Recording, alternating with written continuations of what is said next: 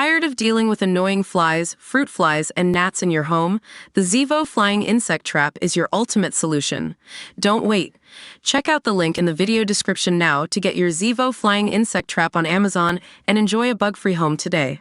Today, host Hoda Kotb has opened up about her ideal first date and the conversations that she enjoys having with someone when she meets a potential romantic partner.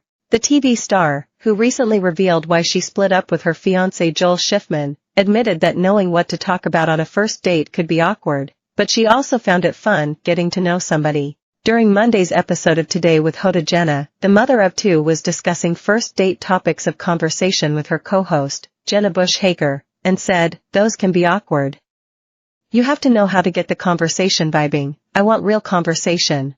Hoda, who recently celebrated her 60th birthday, continued, "A first date question should be to find out if there's a commonality, right? Isn't that what you want to know?" As the two women discussed a Cosmopolitan UK article which suggested what questions to ask on a first date. Some of the questions included, "What's something you want to learn?" and, "If you could have a superpower, what would it be?" But Jenna and Hoda laughed them off as the latter admitted, "I don't want to know your superpower." Jenna then recalled the first time she went out with her husband, Henry, and explained, "I think it's interesting to lean into what shaped you.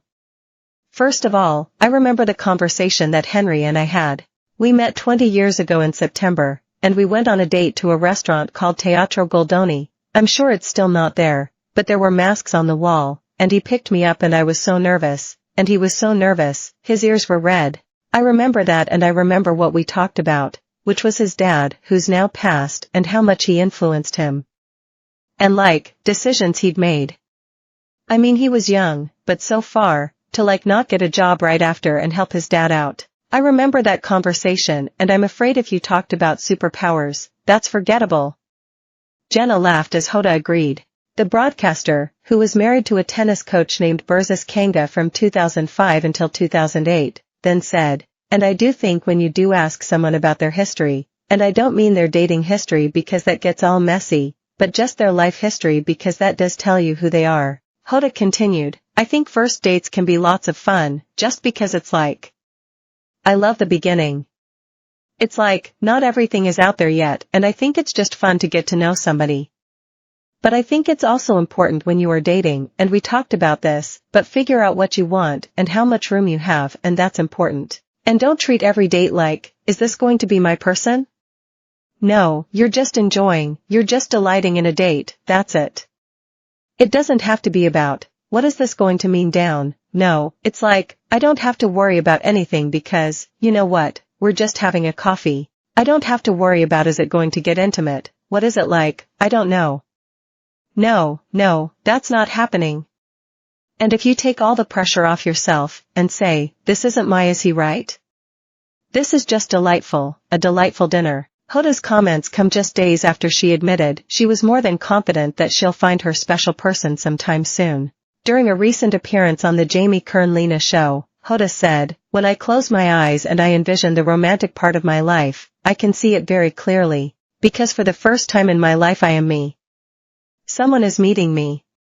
Not the version that you might want, or not the version that I'll twist a little bit to fit your needs or what is appealing to you," she continued. "This is who I am, and I feel like once you get there your heart rests. You're oh, this is what it feels like. So when I close my eyes and see it, I see it." Hoda stressed that she had no idea what her match looked like physically, nor did she particularly care. "I don't see his face. It's not like I'm I want XYZ. I don't even care about XYZ, tall, short, bald, not bald. I don't care. But I know the essence, and I can sense the soul of that person." She added, "I know the way that my life is, that is coming. So many things have taken so much time to show up in my life, and I don't mind it one bit.